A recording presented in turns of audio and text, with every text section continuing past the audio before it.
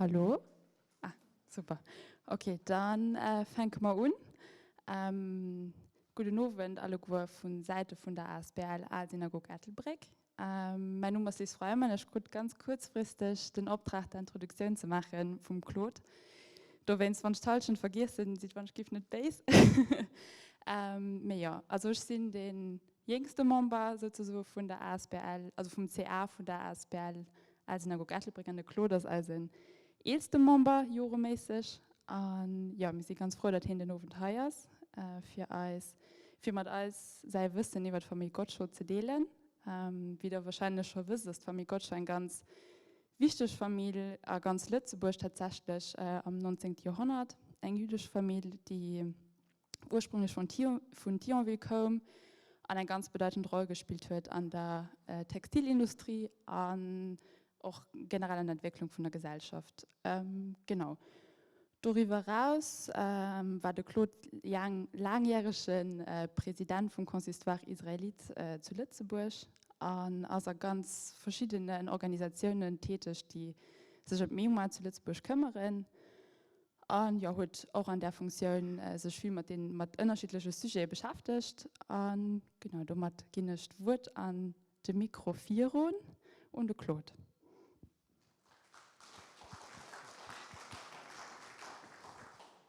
Merci Lise.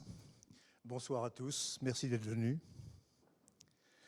Avant même la destruction du second temple de Jérusalem, en 73 de notre calendrier actuel, des Juifs, suivant les armées romaines qui circulaient ou s'établissaient le long des routes stratégiques et commerciales, s'étaient répandus dans les vallées rhénanes et mosellanes. Luxembourg se trouve à la croisée de deux de ces routes, tant stratégiques que commerciales, l'une qui suit la vallée de la Moselle, qui relie la Gaule à la Rhénanie, l'autre qui va de la Champagne à Trèves, Cologne, et surtout vers les villes de Spire, Worms et Mayence, ces centres culturels juifs où a étudié Rachid III et dont l'apogée se situera entre le XIe et le XIIIe siècle. Ultérieurement, protégés par Charles VI, des Juifs auraient habité la vallée de la Pétrousse où se trouvait également leur cimetière.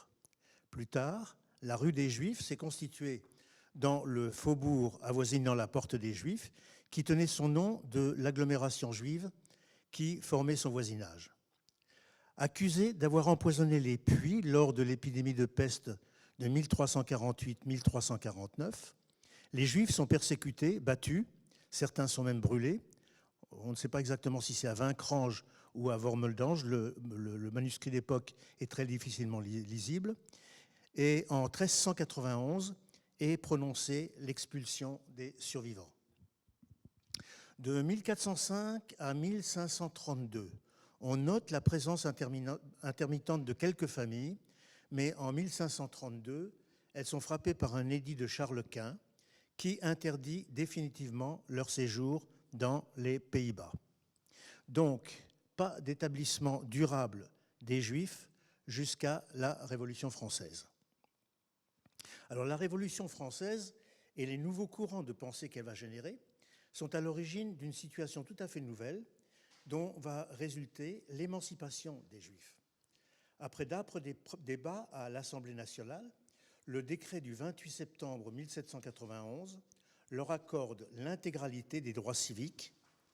Intégré en 1795 à l'Empire sous le nom de département des forêts, Luxembourg va devoir appliquer les directives impériales. C'est le 14 juillet 1795 qu'un décret abolit les taxes discriminatoires et souvent dissuasives imposées aux Juifs et leur permet de s'établir librement où bon leur semble, ce qui n'était pas le cas auparavant. À Luxembourg, le premier recensement des Juifs va avoir lieu au début du XIXe siècle, lorsque l'obligation sera faite à tous les Juifs d'adopter un nom de famille, ce qui jusqu'alors n'était pas nécessaire. Ce n'était pas nécessairement le cas. Ils avaient souvent des noms constitués de prénoms, David, fils de Mardoché, Mardoché, fils de Salomon, etc. C'est ce décret qui nous aide beaucoup, nous généalogistes, le décret sur la prise de nom patronymique du 8 septembre 1808. Alors ce document nous donne une image assez précise de ce qu'était la communauté juive à cette époque, en indiquant qu'elle comprenait 75 individus, 13 hommes, 15 femmes et 47 enfants, et en nous fournissant de précieuses indications sur les structures familiales. Il y avait 36 adultes pour 56 mineurs d'âge, c'est donc une population très jeune. Il nous dit également, et ça c'est important, que souvent issus de familles très pauvres, ces gens savent pratiquement tous écrire, soit en caractère romain ou gothique, soit en caractère hébraïque. Ce qu'il ne nous dit pas, c'est d'où viennent ces familles. Mais ce sont les actes d'état civil et le cimetière de Klausen-Malakoff, donc, qui nous fournissent les réponses. En majorité, elles sont issues de villages ou de petites localités de la Sarre proche et surtout de la Moselle française. Alors pourquoi viennent-elles? Essentiellement pour des raisons économiques. Exclues du commerce et des circuits artisanaux par les corporations soutenues par l'institution religieuse. Est-ce que j'ai appuyé sur le bon? Oui. Soumis à des taxes arbitraires, il y avait en particulier la lourde taxe de 20 000 livres, dite taxe Brancas, qui était imposée de 1715 jusqu'à la Révolution en Lorraine par la famille des Brancas, exclus des villes, interdits du droit de propriété en beaucoup de lieux. Les Juifs n'ont souvent d'autres possibilités que le colportage ou le travail saisonnier. Certains, en Lorraine surtout, sont fourragers de l'armée. Ils livrent la paille, le foin, etc., ou marchands de bestiaux. Dans un pays qui est profondément enraciné dans le culte catholique et d'où les Juifs étaient absents depuis le XVIe siècle, on aurait pu croire que l'acceptation de ce retour soit difficile. Il n'en a rien été grâce au rapport favorable du préfet du département des Forêts, Jean-Baptiste Lacosse, du conseil municipal et du procureur impérial près du tribunal de première instance, qui tous attestaient, je cite, que les Juifs y existent paisiblement et sans aucun reproche, que les uns sont marchands publics, que les autres font le commerce des bestiaux, que la conduite civile est exempte de tout reproche et que la surveillance de la police ne rencontre aucun sujet de plainte particulière, ce qui est un témoignage constant de leur moralité. Fin de citation. Mais l'artisan incontestable de cette intégration réussie, c'est Pinas Gottschall. Alors, qui c'est Pinas Gottschall? Il est né en 1771 à Lagrange, hameau qui dépendait du village de Manom, près de Thionville, dans une fratrie de 9 enfants. Pourquoi Lagrange? Parce que c'était un hameau qui était proche de Thionville. Or, Thionville était une ville où les Juifs étaient autorisés à travailler, mais pas à résider. Pinas est issu d'une famille messine nommée De Bonne, ce qui indique son origine. C'est une ville allemande, mais la famille va changer de nom lorsque le fils de Joseph Gottschall Bonn va prendre en 1761 le nom de Joseph Gottschall de Bonn, puis Joseph Gottschall, parce que s'appeler De Bonn à l'époque de la Révolution, ce n'était pas indiqué. Gottschall, ça signifie Gottschalk, serviteur de Dieu. Par sa grand-mère, Edel Brandeis, Pinras descend du Maal de Prague, rabbin, talmudiste, philosophe, astronome et mathématicien, probablement l'un des plus grands penseurs juifs de la Renaissance. Pinas Gottschall a une profession. Il est graveur, comme son père l'était déjà, mais également essayeur du bureau de garantie des matières d'or et d'argent. Ça veut dire quoi, ça? Cette profession est issue d'une loi républicaine du 19 Brumaire en 6, c'est-à-dire du 9 novembre 1797, qui oblige chaque administration départementale, dans le département des Forêts, à avoir un contrôleur reconnu et assermenté qui assure cette tâche. Avec cette charge officielle, Pinas a donc un statut reconnu. Donc son boulot, c'était de voir si l'or était bien à 18 carats et si certaines pierres précieuses l'étaient effectivement. À ce titre, il se rend fréquemment à Luxembourg sur demande d'une administration et il s'y installe en 1798. L'une des caractéristiques de Pinas Gottschall est qu'il bénéficie de l'estime et de la confiance de la communauté juive et que d'autre part sa bonne conduite et sa probité dont attestent tant le premier magistrat de Luxembourg que les personnes avec lesquelles il travaille, vont faire de lui le représentant incontournable de la communauté juive. Et ça va continuer dans le temps. Pinhas a donc, comme on le disait tout à l'heure, 8 frères et sœurs. Mais nous allons nous intéresser plus particulièrement à l'un de ses frères, Léon Gottschalk, commerçant à Luxembourg, et plus particulièrement à des fils de ce frère. L'un s'appelle Gwetzschlik et l'autre Samson. Et ces deux personnages vont jouer un rôle essentiel dans l'essor économique de Luxembourg au XIXe siècle. On va revenir un petit peu plus tard sur ce sujet. En 1806, la législation napoléonienne introduit un règlement général du culte israélite dans tous les États de l'Empire qui vise à faire contrôler par l'État toute l'administration et les manifestations du culte. Ce règlement général instaure la mise en place obligatoire d'un consistoire pour chaque département qui renferme 2000 individus juifs et le rattachement au consistoire le plus proche lorsqu'il y a moins de 2000 juifs, ce qui est le cas de Luxembourg. Luxembourg qui va donc être rattaché au consistoire de Trèves. Après le congrès de Vienne, Luxembourg étant rattaché à la Hollande, va dépendre du consistoire de Maastricht, et c'est Pinhas Gottschalk qui, tout au long de ce processus, et bien au-delà, au cours du XIXe siècle, en aura la charge, sous les titres consécutifs, selon les régimes, de surveillant de la communauté des Juifs, chef de la synagogue hébraïque, ensuite responsable de la synagogue de Luxembourg, et enfin président de la communauté des Juifs, qui va garder jusqu'à sa mort. Lorsqu'on se penche sur les actes d'état civil de l'époque, on passe à la suivante. Lorsqu'on se penche donc sur les actes d'état civil, que ce soit des actes de décès, de naissance, etc., ou de mariage, bien entendu, on tombe pratiquement toujours sur la signature de Pinhas Gottschalk au bas de ces documents. Alors, d'autres personnages de la famille Gottschalk sortent de l'ordinaire et méritent d'être cités. Serf Gottschalk. Serf Gottschalk est un frère de Gwetzschlik et de Samson. Il est né en 1807 et il est un des premiers juifs ayant pu fréquenter une université de droit. D'abord juge suppléant au tribunal d'Arlon, puis juge au tribunal civil de première instance de Diekirch, puis juge à Charleroi. Il est appelé au ministère public.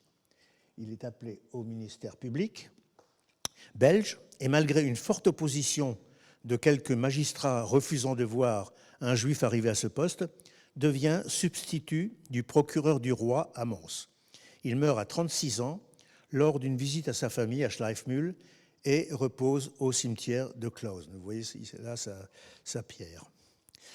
Quant à l'histoire de Louis-Ferdinand Fix, elle pourrait fournir le scénario d'un film hollywoodien.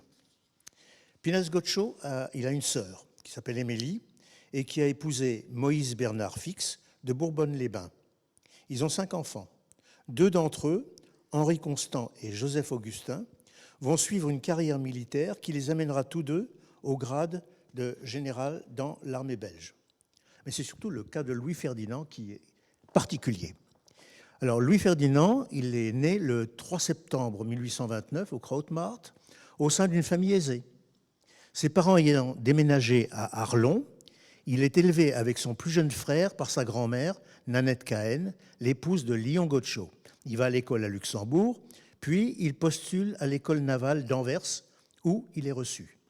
Alors je vous résume la suite qui est émaillée d'aventures diverses et variées pour m'en tenir à l'essentiel, sinon on est encore là demain. À 19 ans, il est lieutenant de marine. En 1849, il s'engage dans la marine de guerre allemande et sert successivement sur 3 vaisseaux de guerre. Ses remarquables états de service lui valent en 1851 la médaille du mérite. En 1852, il s'engage dans la marine marchande belge, où il reste jusqu'en 1859. Au cours d'un voyage en Amérique, il rencontre Garibaldi, qui est exilé à New York. Les 2 hommes se lient d'amitié, et lors du retour de Garibaldi, tiens, j'ai oublié de vous montrer le portrait de Louis-Ferdinand Fix, qui n'est pas excellent, mais c'est tout ce que j'ai trouvé. Et je vous montre maintenant le portrait de Garibaldi. Les deux hommes se lient donc d'amitié, et lors du retour de Garibaldi en Italie en 1860, Louis-Ferdinand s'engage à ses côtés et participe à de nombreux combats, dont celui de Volturno, durant lequel il est sérieusement blessé. Décoré, chevalier de la Croix de Savoie, anobli par le roi Victor Emmanuel, il devient cavaliere des Fixes, il termine la guerre en tant que commandant d'un régiment d'élite.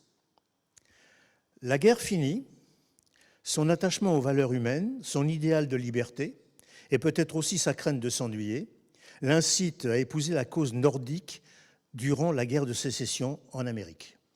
Capitaine au 58e régiment des volontaires de l'Ohio, il est blessé en 1862 à la fameuse bataille de Big Bethel. Transporté à l'hôpital de Columbus, il tombe amoureux de son infirmière et l'épouse. Guéri, il termine sa carrière comme chef de division au ministère de la Guerre à Washington et il repose aujourd'hui au cimetière militaire d'Arlington. Bien avant l'émergence de l'ère sidérurgique, la famille Godchaux, au début du XIXe siècle, a révolutionné l'industrie au Luxembourg, la projetant en peu de temps au niveau international.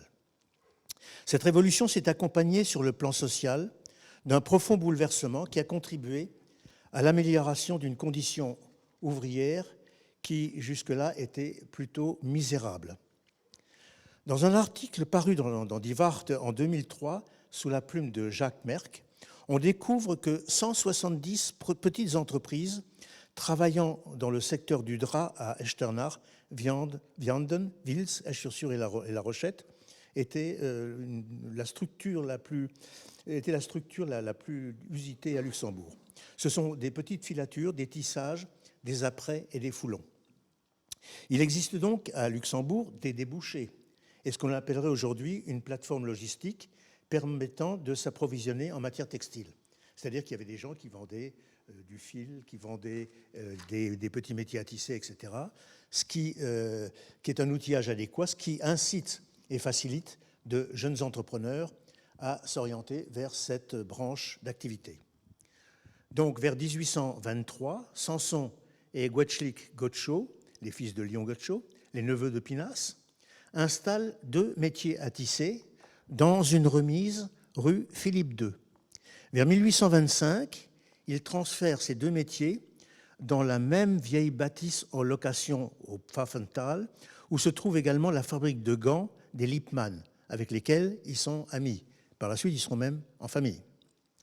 Leurs molletons et couvertures en laine sont vendus dans un magasin loué en ville et la demande croissante les incite à investir dans du matériel je vous passe la photo d'abord, des frères, Gwetzlik à gauche et Samson à droite. Samson à gauche pour vous et Gwetzlik à droite. Donc, ils investissent dans du matériel de filature et d'apprêt qu'ils trouvent encore à Luxembourg et qui leur permet de passer du simple tissage à la fabrication intégrée, c'est-à-dire à partir de la filature jusqu'au tissu fini. Un tissu, ça ne s'improvise pas, on file d'abord, donc on fait du fil, ensuite on le retord et puis ensuite on le tisse. On verra ça par la suite et je vous en parlerai puisque ça a été mon métier. Comme ils ont également acheté des nouveaux métiers mécaniques, ils sont trop à l'étroit et louent le moulin de Schleifmühl qui était jadis réputé pour la fabrication et l'affûtage de faux, des faux donc pour faucher, et autres outils tranchants, d'où le nom de Schleifmühl. En septembre 1837, les deux frères épousent le même jour deux sœurs de Thionville, Esther et Rose Lévy. Pendant 20 ans, les deux familles et leurs 15 enfants vivront dans une même maison à Schleifmühl. La voilà. En 1845, ils achètent le moulin, donc à Schleifmühl, et ils montent une nouvelle usine intégrée qui reçoit directement alors la laine brute d'Australie ou d'Argentine, et ils montent cette usine qui permettra de faire le lavage. Quand la laine arrive, elle est dans des grands sacs en jute. Il faut la sortir, il faut la mettre à la chaleur, ensuite il faut la laver. Ensuite, il y a la préparation. Ensuite, il y a la filature. Le fil doit être propre. Et après, c'est transformé donc en drap de laine de belle qualité. Le drap de laine. Alors, qu'est-ce que c'était que le drap de laine? Le drap, le drap, c'est du tissu cardé, c'est-à-dire assez grossier en définitive. On ne verra apparaître le tissu peigné que pratiquement au XXe siècle. En 1845, ils emploient 400 ouvriers. À partir de 1839, ils obtiennent la commande de draps pour les uniformes de l'armée nationale luxembourgeoise. Durant 15 ans, de 1851 à 1867, les frères Gottscho font l'acquisition de tous les autres moulins de la vallée de l'Alzette, la Vollmillen, la Polformillen et la Gantenbeinsmillen, et développent l'usine qui devient la plus importante du pays après qu'ait été installée la première machine à vapeur industrielle. La laine arrive d'Argentine et d'Australie, comme on vous disait tout à l'heure, soit à Anvers, soit à Marseille. Et elle est acheminée vers la Schleifmühle et les produits finis sont envoyés 2 fois par an dans les grandes foires de Leipzig et de Francfort. Alors ça, c'est pas le Leipzig, c'est pas Francfort, c'est l'exposition universelle de Paris. Présentée dans les grandes expositions, Londres en 1851, Exposition universelle de Paris en 1855, c'est donc ce que je vous montre avant. Voilà. Les collections de la draperie Gottscho raflent les médailles et surtout les commandes. En 1855, pour ses services rendus lors des expositions universelles de Paris, Guetschlik est fait chevalier de la Légion d'honneur. Cette même année 1855, la notoriété de l'entreprise Gottscho est telle que le roi grand-duc Guillaume III visite l'entreprise comme l'avait déjà fait Guillaume II. En 1864, devant l'importance croissante du cahier de commande, les frères Gottscho agrandissent leur outil de travail en achetant à Ettelbruck, aux enchères, à la famille Meder, l'ancien moulin banal des bénédictines de l'abbaye d'Echternach. La propriété du moulin d'Ettelbruck comprend maison d'habitation, grange, écurie, magasin, hangar, un corps de bâtiment, une scierie et 7 moulins alimentés par une chute d'eau de 78 chevaux qui peuvent fonctionner tous les 7 donc simultanément, même en cas de niveau minimum de la rivière. Le site se trouve à 500 mètres de la gare de chemin de fer. Entre 1868 et 1870, ils installent une puissante machine hydraulique et une fabrique de gaz qui leur permet d'avoir un éclairage autonome. La succursale d'Ettelbruck est dirigée par Jules Gottscho, fils de Samson, qui s'est spécialisé à Verviers, le plus grand centre lainier d'Europe. Là, ce sont les pompiers d'Ettelbruck, de l'usine d'Ettelbruck. En janvier 1883, lorsque les usines de Schleifmühl, Pulvermühl et Ettelbruck fusionnent, Ettelbruck occupe 300 ouvriers. Mais il faut bien penser qu'il n'y avait que 300 ouvriers parce que leur matériel était un matériel de dernière génération qu'ils avaient acheté en Allemagne et en Belgique et qui était extrêmement compétitif. Jules Gottscho est membre du conseil municipal de Ettelbruck, donc, de 1873 à 1878. Après la mort de Paul Gottscho en 1888, il deviendra maire de Hamm jusqu'en 1917. En 1867, c'est Samson qui est fait chevalier de la Légion d'honneur. À partir de 1867, l'entreprise qui a diversifié sa production et qui est la première à avoir l'électricité avant même la ville de Luxembourg, connaît une renommée mondiale. Ses articles de bonneterie, de draperie, d'habillement pour hommes et femmes se vendent en France, en Allemagne, aux Pays-Bas, en Suisse, en Italie, en Autriche, en Angleterre, en Scandinavie, en Amérique et jusqu'au Japon. Guetschlik décède le 17 mai 1873 à Schleifmühl. Grâce aux entreprises Gottscho, Hamm se transforme en une bourgade ouvrière prospère, dont 800 habitants travaillent dans usines et ateliers. L'une des conséquences de cet essor économique consiste en une hausse démographique dans les localités de Hamm, de Schleifmühl, Pulvermühl, qui font partie à ce moment-là de la commune de Zandweiler. À la suite d'une pétition adressée le 16 octobre 1872 au conseil municipal de Zandweiler, les Gottscho obtiennent l'indépendance politique de Schleifmühl, qui sera désormais séparée de Zandweiler et formera avec Pulvermühl la nouvelle commune de Hamm. Samson Gottscho décède le 6 octobre 1887. Le fils de Gwetzschlik, Paul Gottscho, que voici, est le directeur des teintureries et des apprêts dans les entreprises familiales. Alors c'est important parce qu'il n'y a pas d'autres usines qui ont des apprêts et des teintureries. Auparavant, ça n'existait pas. Hein. Il fallait faire la teinture ailleurs. Après avoir été maire de Zandweiler de 1863 à 1873, il devient le premier maire de la toute nouvelle commune de Hamm, poste qu'il va occuper jusqu'en 1888. C'est une forte personnalité. Hein. Il crée un corps de sapeurs-pompiers, professionnels donc, hein, dont il est le commandant. Ce corps de pompiers, qui aura l'occasion de montrer son efficacité lors d'un important incendie à Itzich, est constitué comme une armée privée forte de plus de 200 hommes.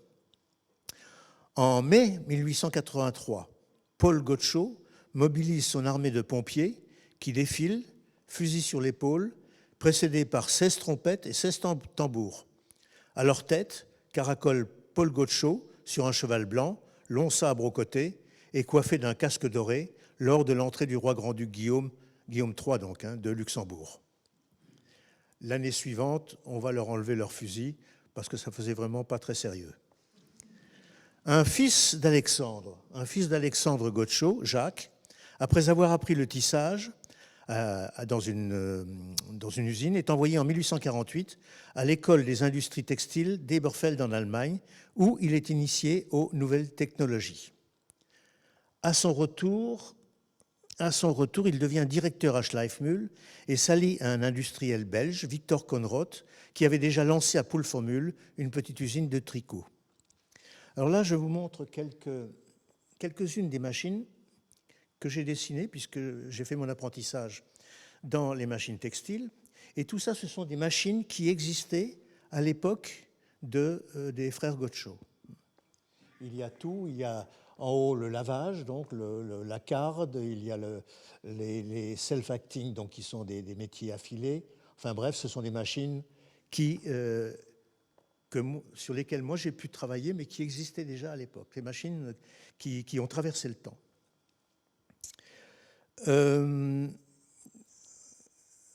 La production de cet établissement, hein, donc, qui occupait à l'époque 900 ouvrières et ouvriers, s'élève en 1890 à 400 tonnes de lainage d'hiver et à 1 million de tricots confectionnés.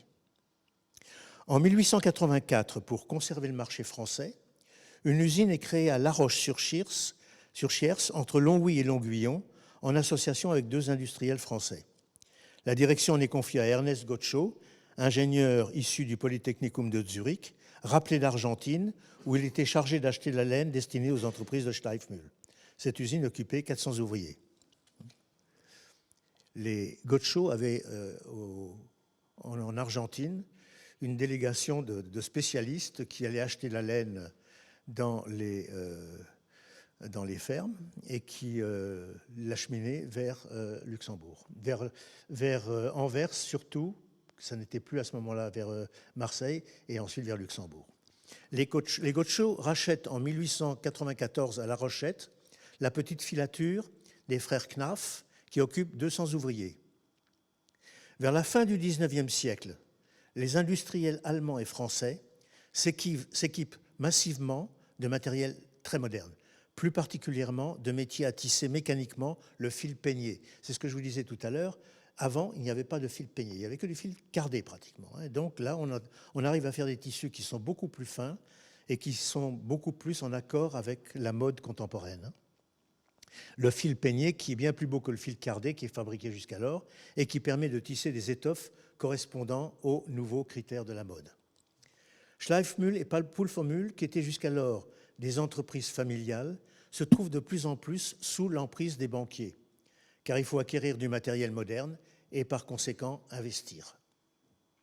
En 1906, l'ancienne société draperie luxembourgeoise est dissoute et une nouvelle société, Draperie Schleifmühl les Lez SA, s'est créée, comprenant parmi les membres fondateurs des représentants de la Banque internationale, ce qui n'était pas le cas auparavant, ils étaient indépendants. Et Jules Godchaux et Jacques Godchaux font également partie du conseil. La participation de la Banque internationale luxembourgeoise et la compétence de Jacques et Jules Godchaux vont aboutir à la création de 2 usines modèles ultra compétitives, mais hélas, la Première Guerre mondiale va provoquer un ralentissement dramatique des activités. En 1911, afin de faire face à plusieurs épidémies, on passe à un autre volet là si vous voulez, ouvre dans la Villa Godchaux d'Ettelbruck le premier hôpital de la ville. Pourquoi? Parce qu'il y a une épidémie de scarlatine et il n'y avait pas d'hôpital. Donc les Godchaux ouvrent la Villa Godchaux et ils en font un hôpital. Le 28 mai 1917, un bombardement aérien qui a tué Andreas Strauss, un employé, provoque d'importants dégâts à l'usine d'Ettelbruck. En 1921, Maurice Godchaux remplace au comité d'administration son père Jules, décédé en 1917. Maurice n'est pas un homme du textile, c'est un ingénieur, directeur du groupement des industries sidérurgiques. En 1929, je vais vous faire... Ah oui, on a l'hôtel, oui, la Villa Godchaux. En 1929, la société anonyme Manufacture de draps et de tricot occupe 450 ouvriers. Elle possède 3 usines et un important capital immobilier de 24 maisons, de champs, de forêts et de terres agricoles couvrant 38 hectares. Mais la reprise ne vient pas. Et en 1938, on ne trouve plus dans le comité d'administration que Émile Godchaux. 150 ouvriers travaillent à Schleifmühl, mais la fermeture est inévitable et survient le 30 juin 1939, suivie par celle de la filature d'Ettelbruck. L'usine d'Ettelbruck est saisie en tant que bien juif en 1941, reprise par l'entreprise allemande Franz Weber, Tourfabrik, et finalement détruite en 1945 lors de l'offensive von Rundstedt. Sur le terrain s'installe la firme Michel et Félix Schinchen qui installe le début d'usine électrique. Quant à la Villa Godchaux, décision est prise le 5 février 1954 de la détruire. Tous les biens d'Émile Godchaux sont saisis en 1940 par le régime nazi. Chassé de sa maison, il est enfermé en tant que juif à Cinq-Fontaines, d'où il sera déporté le 28 juillet 1942 à Theresienstadt et il y meurt le 21 novembre de la même année à l'âge de 78 ans. Ce que vous voyez là, ce sont les billets bidons qui étaient employés dans cette ville soi-disant modèle de Theresienstadt, modèle pour la Croix-Rouge qui venait les visiter. Mais les Godchaux ont eu d'autres activités que le textile. En 1867, ils se sont associés avec Norbert Mess pour exploiter les bains de Mondorf jusqu'à ce que l'État les rachète en 1886. En 1873, ils participent à la création du Théâtre de Luxembourg. En 1877 et 1908, ils étaient propriétaires de la fonderie de Holrich, qui a fusionné plus tard avec les établissements Paul Wurth. En 1889, la brasserie de Diekirch fait faillite et 2 membres de la famille Godchaux, Louis Godchaux et Michel Cahen, la reprennent et la remettent en service. Quelques mots maintenant sur le rôle essentiel qu'ont joué les Godchaux en agissant sur les conditions de travail et le mode de vie des ouvriers. Au plus fort de leur activité, les Godchaux emploient plus de 2500 ouvriers, dont la majorité à la Schleifmühl. Ils introduisent alors un ensemble de mesures qui représentent une véritable révolution sociale à Luxembourg, mesures que l'on peut qualifier aujourd'hui de paternalistes, mais qui représentent une incontestable avancée au sein d'un monde du travail extrêmement rétrograde au XIXe siècle. C'est ainsi que sont construites à Ham, qui devient le village des ouvriers du textile, ces petites maisons que l'on nomme les casernes. C'est ainsi que l'entreprise développe une vie socio-culturelle autour de notions inédites dans le monde du travail à Luxembourg, telles que la cantine pour les ouvriers, la Spielschule, la crèche, l'école maternelle, le lavoir aménagé, le magasin patronal à prix réduit et surtout la société d'entraide et de secours mutuel, embryon de notre actuelle sécurité sociale.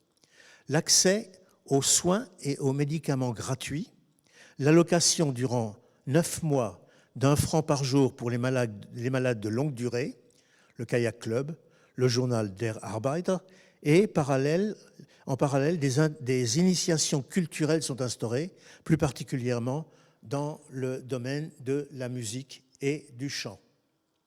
En 1852, la chorale des ouvriers participe au premier concours de musique du Luxembourg. Et en 1862, l'Orphéon, présidé par Ernest Gottschall, participe aux cérémonies officielles du Grand-Duché. Il me reste encore à évoquer un volet plus mystérieux, plus ésotérique, qui aurait pu justifier de la part de groupes extrêmes à l'encontre des activités de la famille Gottschall la désignation de complot judéo-maçonnique, mais il n'en a rien été.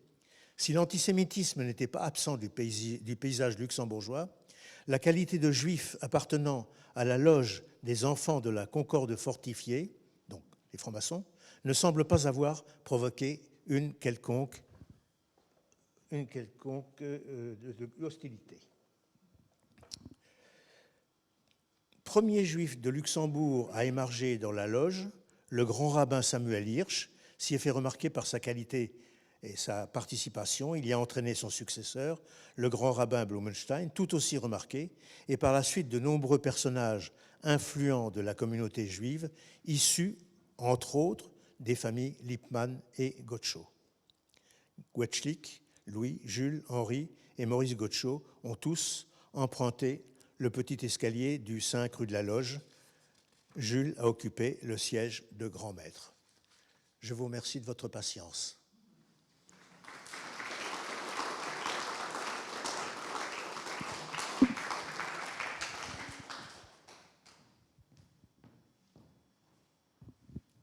Wenn frohe sind, dann ganz gerne. Ich muss das mal Mikro bis bei euch kommen, für das mir alles Video haben.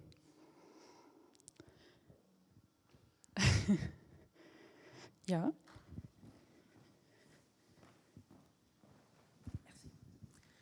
Ich habe eine kleine Frage über die Sache, die 1906 geschieht ist, wo du gesagt hast, die Entreprise ist abgelöst worden und dann ist eine neue Entreprise gegründet worden. Was war die Ursache von der Ablösung? Ah, pardon. En 1906, vous avez parlé qu'en 1906, il y a eu une entreprise qui s'est arrêtée et une autre a été créée. Quelle était la raison pour que la première soit dissoute?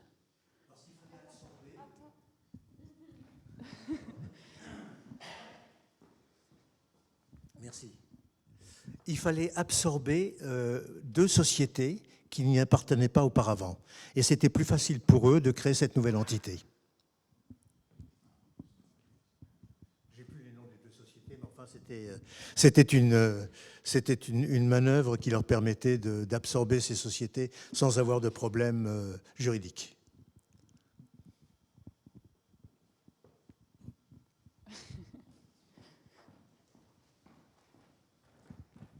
Donc je vais continuer un peu dans cette lancée.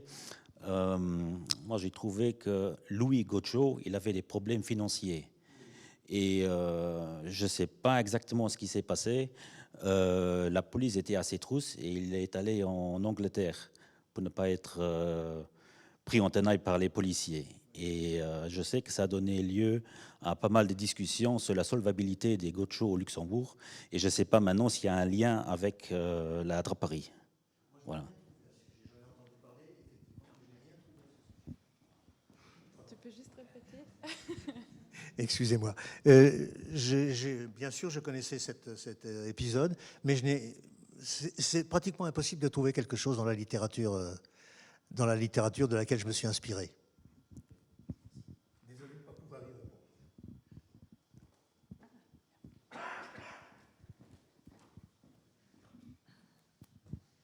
Oui, moi j'ai directement 3 questions. La première, c'est technique. Tu avais parlé de la laine qui, à partir d'un certain moment, est importée donc, de l'Amérique latine.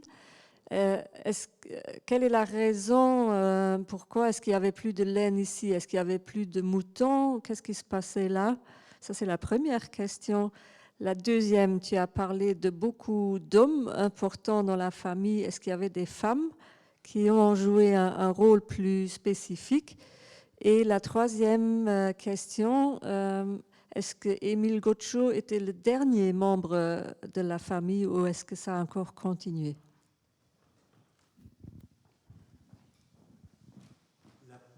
Merci. La première question, je peux facilement y répondre. En 2023, comme à cette époque-là, la laine est toujours importée d'Australie et d'Argentine.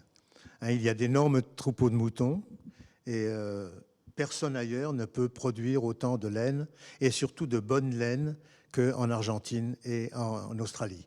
Aujourd'hui, la situation économique de l'Argentine étant ce qu'elle est, l'exportation a diminué, mais ça a été compensé par l'importation des laines qui viennent d'Australie. Deuxième question, c'était le rôle qu'auraient pu jouer les femmes dans la famille Gottschall. On est en dehors des 2 sœurs qui organisaient des réceptions. Je pense que le rôle était extrêmement restreint. Et la troisième question, c'est Émile Gottschall. Alors, Émile Gottschall, officiellement, c'est le dernier descendant de la famille Gottschall. Il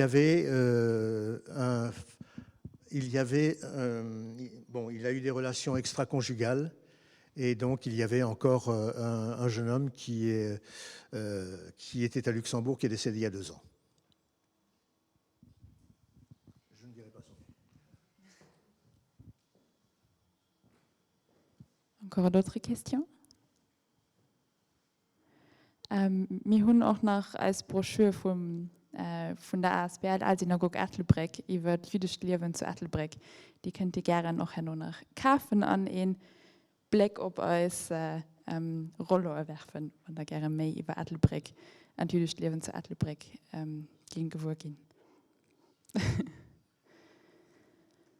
Ja, wenn sonst keine froh sind, dann könnt ihr den Claude bestimmt auch nachher noch kurz erwischen.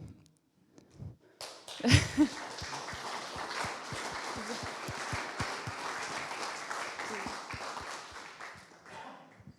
veux encore dire quelque chose?